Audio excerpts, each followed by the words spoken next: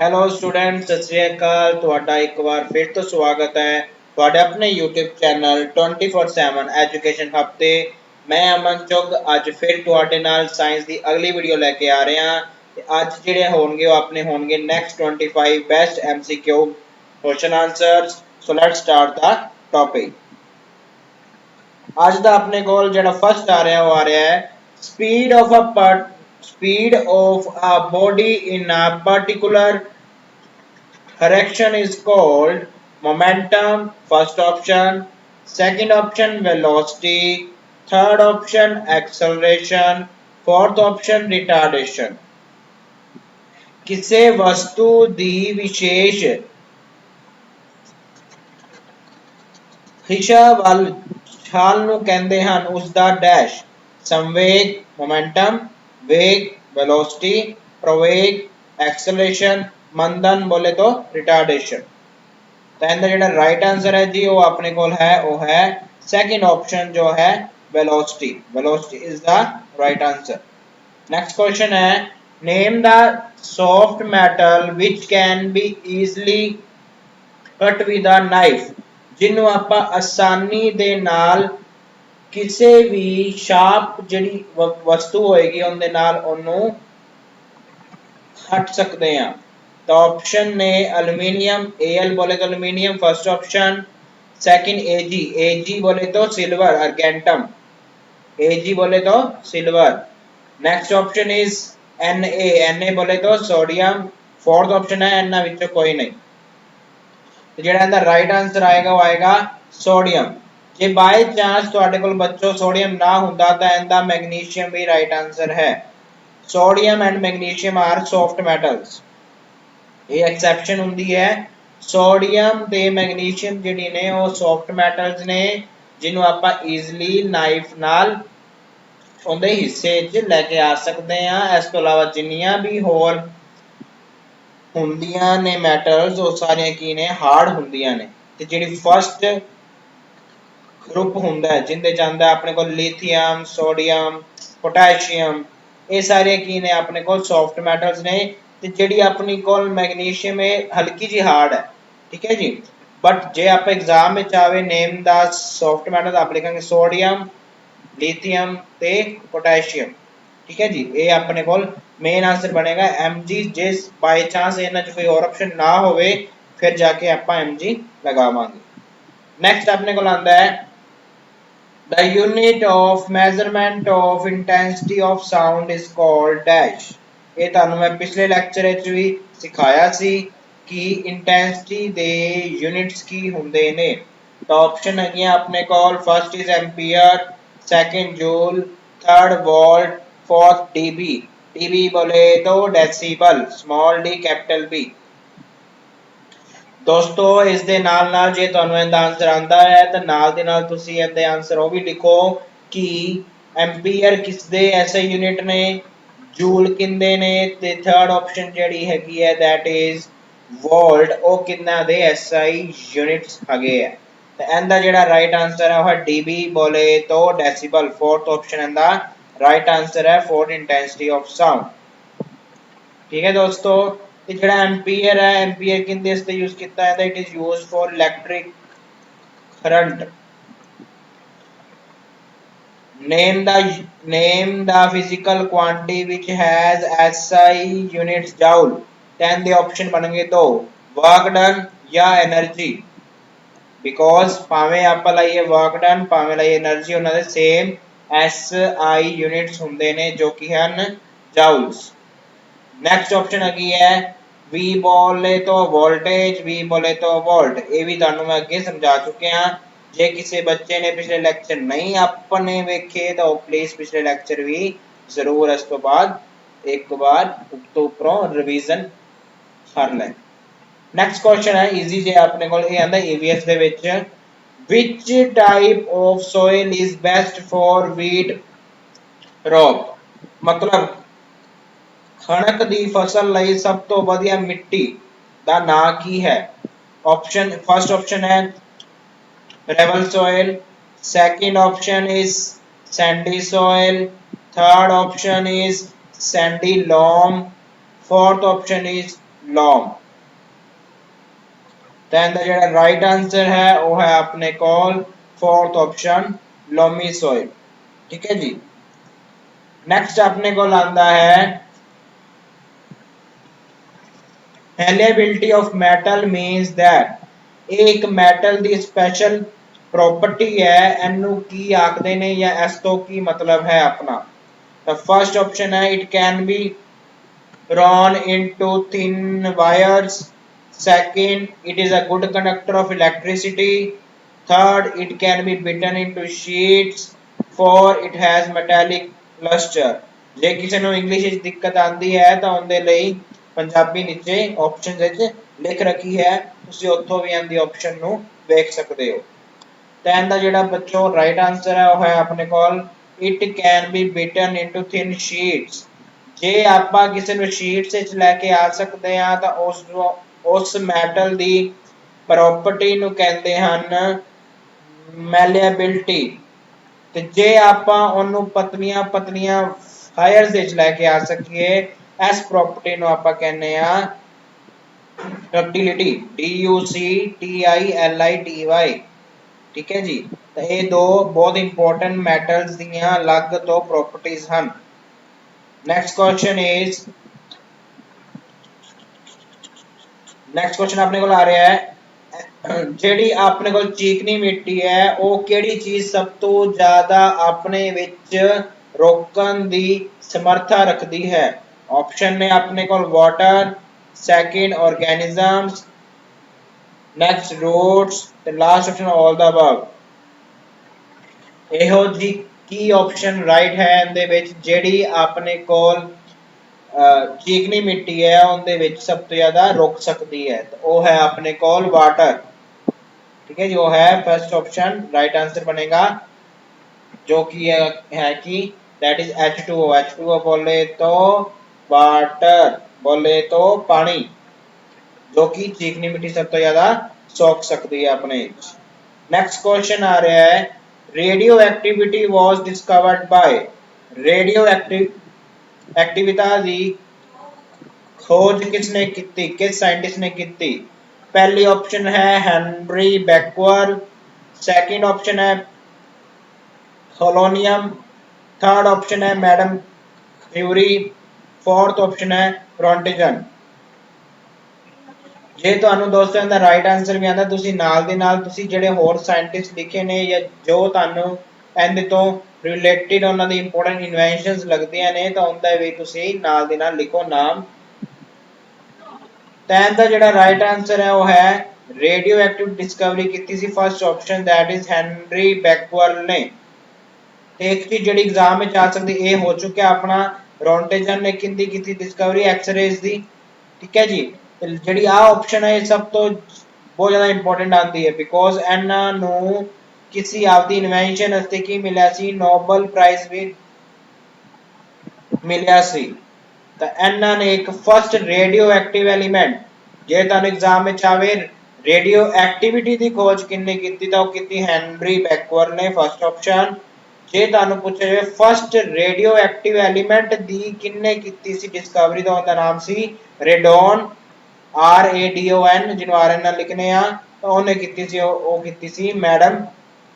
Curie ਨੇ ਜਿਸ ਵਜ੍ਹਾ ਨਾਲ ਇਹਨਾਂ ਨੂੰ ਨੋਬਲ ਪ੍ਰਾਈਜ਼ ਵੀ ਮਿਲਿਆ ਸੀ। ਨੈਕਸਟ ਆਪਣੇ ਕੋਲ ਆ ਰਿਹਾ ਹੈ the zigzag motion of molecules is called। ਅਣੂਆਂ ਦੀ ਟੇਢੀ ਮੇਢੀ ਗਤੀ ਨੂੰ ਕਹਿੰਦੇ ਹਨ। First option is Brownian motion, second option is Tyndall motion, third option is colloidal motion, fourth ਇਹਨਾਂ ਵਿੱਚੋਂ ਕੋਈ ਨਹੀਂ। ਤਾਂ ਇਹਦਾ ਜਿਹੜਾ ਰਾਈਟ ਆਨਸਰ ਹੈ ਉਹ ਹੈ first option that is Brownian motion ਨੂੰ ਆਪਾਂ ਕਹਿੰਦੇ ਆ zigzag ਮਤਲਬ ਇੱਧਰ ਉੱਧਰ ਜੋ ਹਵਾ 'ਚ ਪਾਰਟੀਕਲਸ ਨੇ ਉਹ ਇੱਧਰ ਉੱਧਰ ਕੀ ਹੁੰਦੇ ਰਹਿੰਦੇ ਨੇ ਐਵੇਂ ਰੋਟੇਟ ਹੁੰਦੇ ਰਹਿੰਦੇ ਹੈ ਜਾਂ ਇੱਧਰ ਉੱਧਰ ਉਹ ਕੰਟੀਨਿਊਸ ਕਿੰਦੇ 'ਚ ਰਹਿੰਦੇ ਨੇ ਮੋਸ਼ਨ ਵਿੱਚ ਇਸ ਕਰਕੇ ਇਹਨੂੰ ਕਹਿੰਦੇ ਆ zigzag बोले तो Brownian motion। नेक्स्ट क्वेश्चन आता है name the purest form of natural water मतलब सब तो शुद्ध पानी होता है ऑप्शन है रेन वाटर मींह का पानी, स्प्रिंग वाटर झरनिया का पानी, वेल वाटर मतलब खूहों का पानी, सी वाटर मतलब समुद्रां का पानी। सब तो वधिया ते साफ पानी किहड़ा हुंदा है मींह का पानी जिन्हों आपां कहने हैं रेन वाटर। ठीक है जी, रेन वाटर इत्थे फर्स्ट ऑप्शन राइट आंसर बनेगी। नेक्स्ट अपने को आ रहा है physical change is that in which, मतलब फिजिकल जेड़ा अंतर आंदा किसी चीज दे विच ऑब्जेक्ट दे विच ओ की हुंदा है, उहदे च की चीज हुंदी है। A new substance is formed, second no new substance is formed, third electronic structure gets changed, fourth none of these। then the right answer है no new substance is formed। देखो ਇਹਦੀ ਆਪਾਂ एग्जांपल याद रखनी है। फॉर एग्जांपल ਜਦੋਂ मैं ice ਨੂੰ आउटसाइड निकाल ਦਿੱਤਾ ਤਾਂ ਉਹ ਕੀ ਬਣ ਲਿਕਵਿਡ ਬਣ ਗਈ। ठीक है जी, फिर उस लिक्विड ਨੂੰ अंदर रख ਦਿੱਤਾ तो ਇਹ ਕੀ ਨੇ ਆਪਣੇ ਕੋਲ these are physical changes, मतलब कुछ न्यू नहीं आया है तो लिक्विड ही हो, या वो लिक्विड किंदी फॉर्म में आ सकता है सॉलिड दी फॉर्म में या लिक्विड दी विच आ सकता है, बट है तो एक्चुअल च लिक्विड ही हो। बट जे मैं किसी मान लो एक लकड़ी ਨੂੰ मैं अग लगा दी और लकड़ी दी की बन गई अपना ऐश बच जाती है, राख बच जाती है, तो उस राख तो आप लकड़ी फिर नहीं लैके आ सकते। तो इहो जिहा प्रोसैस जिहड़ा इरिवर्सिबल होवे, जिहड़ा मतलब रिवर्स ना हो सके ते उहदे च हमेशा कुछ न्यू सबस्टांस बने, ਇਹ जे आपां उस चीज़ ਨੂੰ कहने आ कैमिकल चेंज।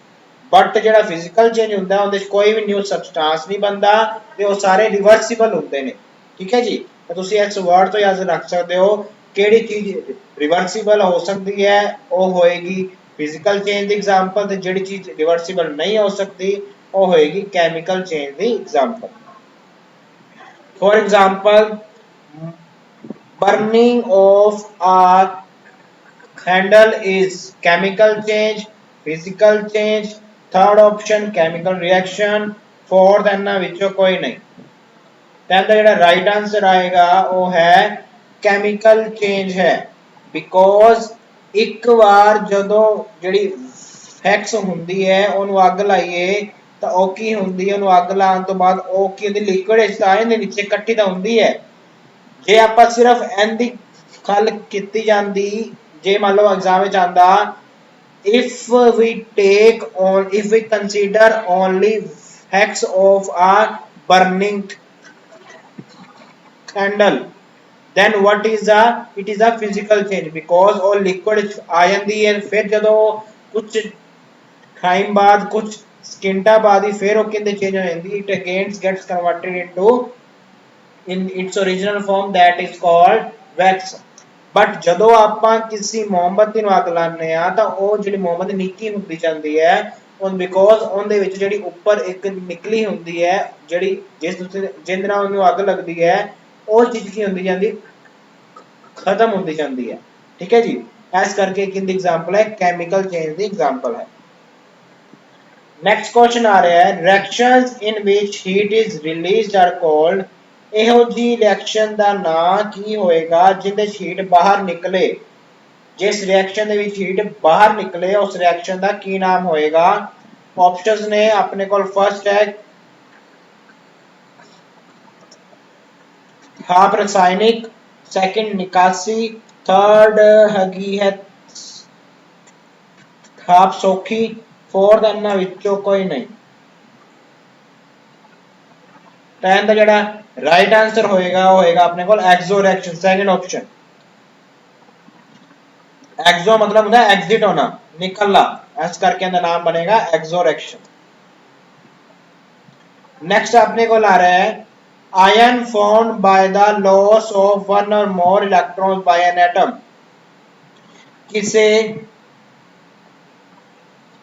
परमाणु विचों जे एक तो ਵੱਧ इलेक्ट्रॉन निकलते ने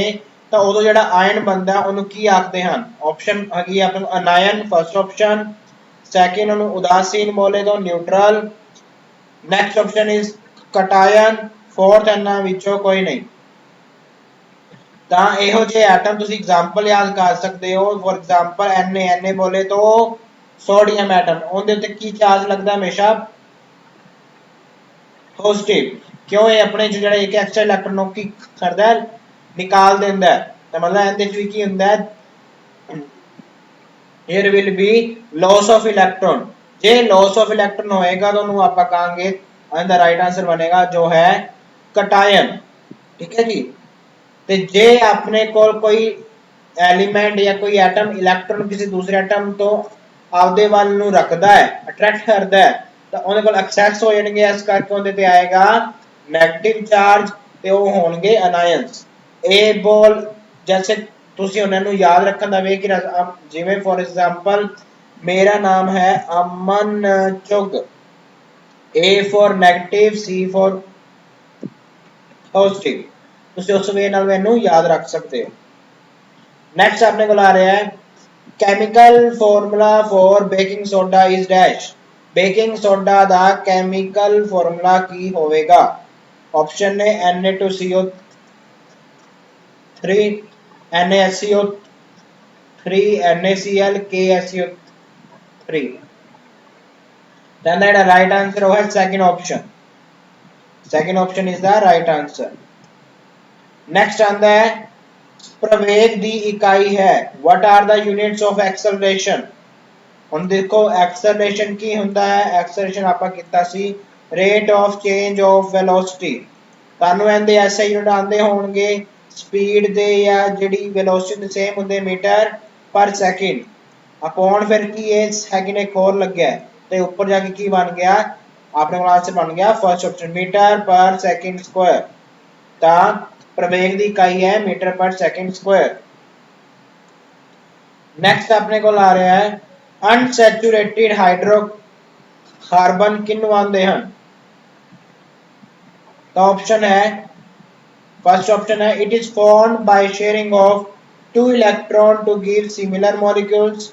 second it is formed by addition product with Cl third option it is formed by substitution with HBr fourth it does not decolorize bromine water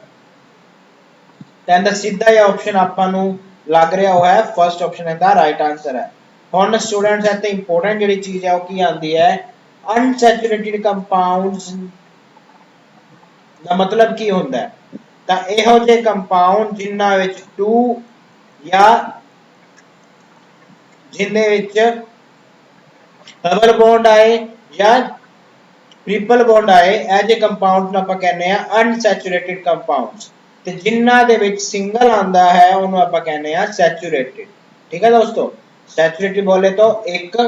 ਅਨਸੈਚੁਰੇਟਿਡ ਦਾ ਮਤਲਬ ਜਾਂ ਤਾਂ ਉਹਨਾਂ ਵਿੱਚ ਹੋਣਗੇ 2 ਬੌਂਡਸ ਜਾਂ ਹੋਣਗੇ 3 ਬੌਂਡਸ एग्जांपल भी आंदी याद रखनी इंपॉर्टेंट है ਤੁਸੀਂ ਸਿੰਪਲ एग्जांपल याद रख सकते हो NaCl या सिंपल आप कहिए CH4 methane methane is a saturated compound because in this की इन दैट बिकॉज़ अपन पता है एक एटम दे कोल कितने इलेक्ट्रॉन होंगे outer most it has 4 outer most electron तो हर एक दे नाल एक एक एच लग जाएगा तो एनएच बनया सिंगल हर एक दा की है सिंगल आया है इस करके है सैचुरेटेड कंपाउंड अनसैचुरेटेड कंपाउंड है इथीन C2H4 ਤੇ ਜਿਹੜਾ ਆਪਾਂ ਇਹਦੀ ਆਕਸੀਜਨ ਦਾ ਵੀ ਇੱਕ ਐਗਜ਼ਾਮਪਲ ਰੱਖ ਸਕਨੇ ਆ ਫॉर ਐਗਜ਼ਾਮਪਲ ਆਪਾਂ ਮੈਂ ਕਹਿ ਰਿਹਾ ਉਹਨਾਂ ਚ ਵੀ ਕੀ ਹੁੰਦੇ ਨੇ they have to common bonds ਤੇ ਜੇ ਆਪਾਂ ਗੱਲ ਕਰੀਏ n ਐਟਮ n ਬੋਲੇ ਤਾਂ ਹਾਈਡਰੋਜਨ ਐਟਮ ਉਹਦੇ ਚ ਕਿੰਨੇ ਹੁੰਦੇ ਨੇ ਦੇ ਹੈਡ 3 ਬੌਂਡਸ ਤਾਂ ਇਸ ਕਰਕੇ ਕੀ ਨੇ ਅਨਸੈਚੁਰੇਟਿਡ ਕੰਪਾਊਂਡਸ नेक्स्ट आता है chemical formula for bleaching powder का केमिकल फॉर्मूला की है तो ऑप्शन है CaCl2 CaCl2O2 CaOCl CaOCl2 then the right answer है वो है CaOCl2 नेक्स्ट आपने को ला रहा है a voltmeter is always connected in options again है फर्स्ट ऑप्शन है हैरनर ਦੇ ਵਿੱਚ ਸੈਕਿੰਡ ਸੀਰੀਜ਼ ਦੇ ਵਿੱਚ third sometime in series and sometimes in parallel in with the circuit fourth ਇਹਨਾਂ ਵਿੱਚ ਕੋਈ ਨਹੀਂ then the right answer ਹੈ ਉਹ ਹੈ ਵੋਲਟਮੀਟਰ ਨੂੰ ਆਪਾਂ ਹਮੇਸ਼ਾ ਸਰਕਟ ਦੇ ਵਿੱਚ ਕਿੰਨੇ ਚ ਲਗਾਉਂਦੇ ਆ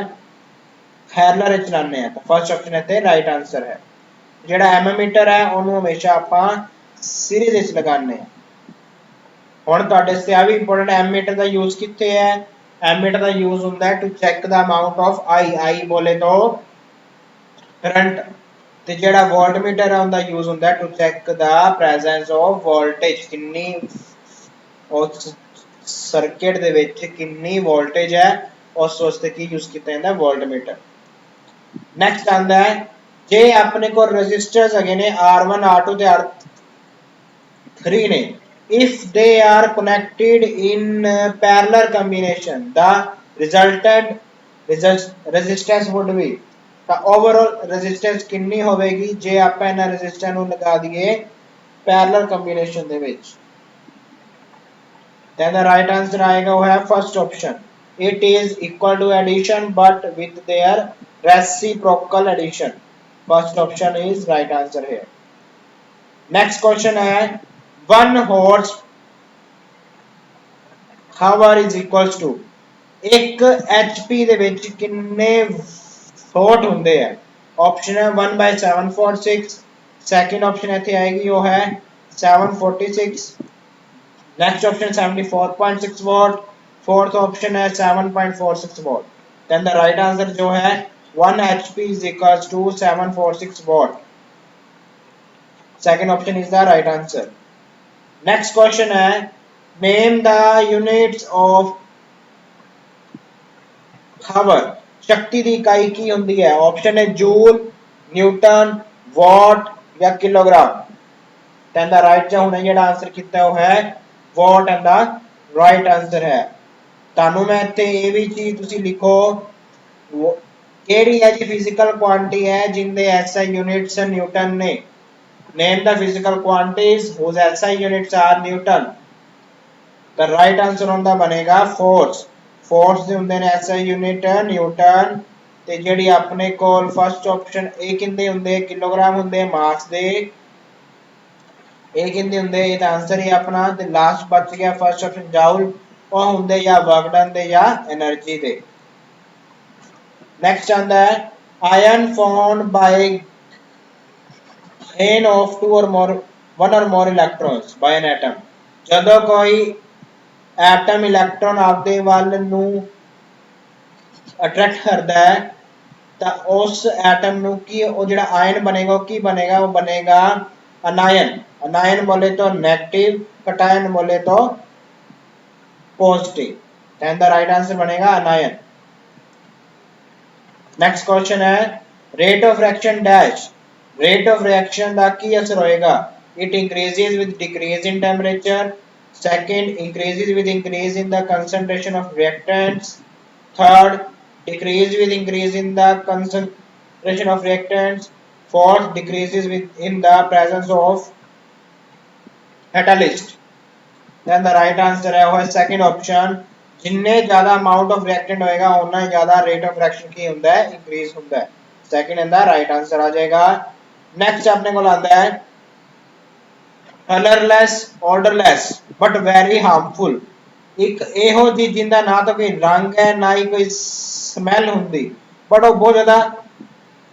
हार्मफुल है अपने इससे उनका की नाम है ऑप्शन ने कार्बन मोनोऑक्साइड कार्बन डाइऑक्साइड या थर्ड ऑप्शन है nitrogen and the right answer है फर्स्ट ऑप्शन कार्बन मोनोऑक्साइड जो कि बहुत ज्यादा हार्मफुल है बिकॉज ये जरा अपना अंदर अपने को आरबीसी होंगी है आरबीसी बोले तो रेड ब्लड सैल्स ते उनदे च की हुंदा अपने कोल उनदे च हुंदा अपने विच हीमोग्लोबिन ਤੇ ਜਿਹੜੀ ਮੋਨੋਆਕਸਾਈਡ ਹੈ ਜੇ ਇਹ ਹੀਮੋਗਲੋਬਿਨ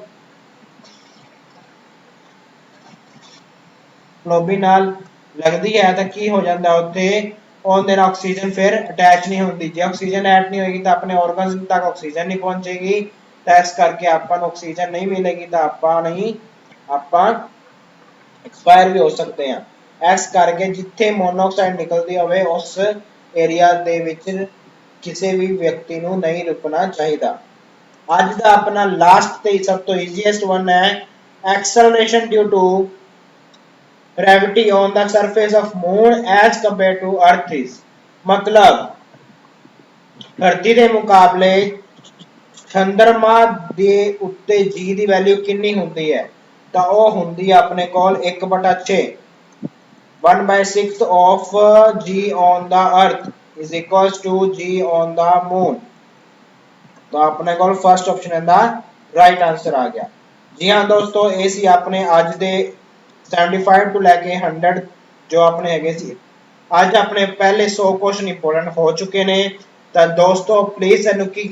ਕਰਦੇ ਰਹੋ ਆਪਦੇ ਜਿੰਨੇ ਵੀ ਆਪਣੀ ਵੀਡੀਓਜ਼ ਆ ਚੁੱਕੀਆਂ ਉਹਦੇ ਲੈਕਚਰ ਨੂੰ please do revise it again and again. ਤੁਸੀਂ ਇਹਨੂੰ ਕੀ ਕਰਦੇ ਰਹੋ ਇਹਦੀ ਰਿਵੀਜ਼ਨ ਸੋ ਦੈਟ ਜਿੰਨੇ ਵੀ ਇੰਪੋਰਟੈਂਟ ਆਪਣੇ ਕੋਲ ਐਮਸੀ ਤੇ ਉਜ਼ਾਰੇ ਨੇ ਉਹ ਜੇ ਐਗਜ਼ਾਮ ਵਿੱਚ ਆਂਦਾ ਹੈ ਆਪਣੇ ਕੋਲ ਐਜ਼ ਇਟ ਇਜ਼ ਹੀ ਆਣਗੇ ਤਾਂ ਤੁਹਾਨੂੰ ਉਹਦਾ ਆਨਸਰ ਬਿਲਕੁਲ ਐਜ਼ ਇਟ ਇਜ਼ ਆਂਦਾ ਹੋਏਗਾ ਉੱਤੇ। ਤਾਂ ਪਲੀਜ਼ ਜੇ ਵੀਡੀਓ ਅੱਛੀ ਲੱਗੇ ਤਾਂ ਨੂੰ ਲਾਈਕ ਕਰੋ ਸ਼ੇਅਰ ਕਰੋ। ਸੋ ਮਿਲਦੇ ਆਪਾਂ ਅਗਲੇ ਲੈਕਚਰ ਦੇ ਜਿੰਦੇ ਆਪਾਂ ਲੈ ਕੇ ਆਵਾਂਗੇ ਨੈਕਸਟ 100 ਤੋਂ ਲੈ ਕੇ ਅਗਲੇ ਜਿਹੜੇ ਹੋਣਗੇ question answers. So students, thank you so much, meet you soon, bye bye, tata।